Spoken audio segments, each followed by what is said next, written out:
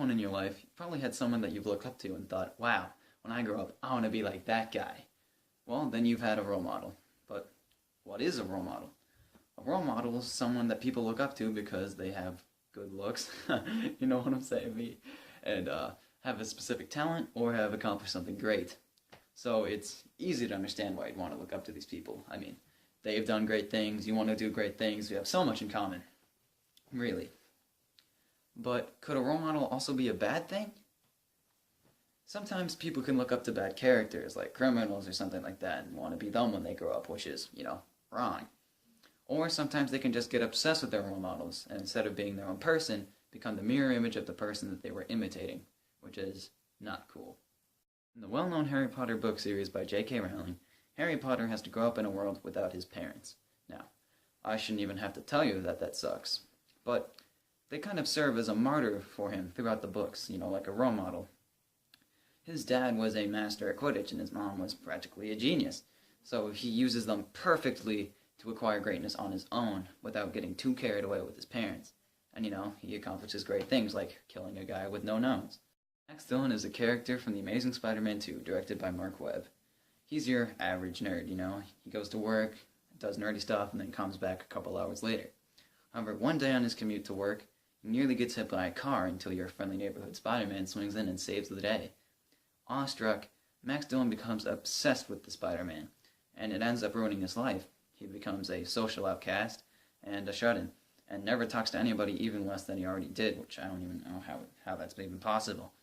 He lives in this weird fantasy world where he's Spider-Man's best friend when Spider-Man had completely forgotten that he existed.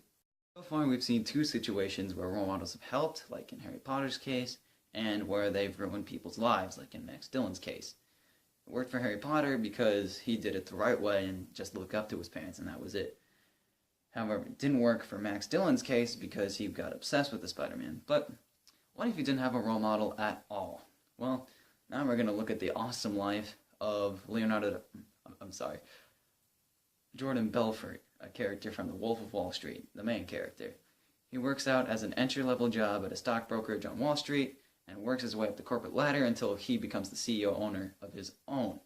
Now, life is pretty fabulous for him. I mean, he has everything going on great, and he didn't even have a role model at all, so role models aren't completely necessary, but they can help you if you use them the right way.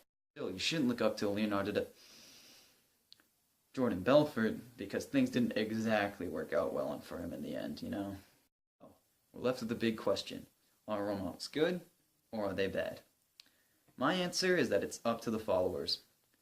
It's your fault if you get too carried away with someone or if you follow someone bad. But it's also good job for you if you follow someone good and, use role models the correct way.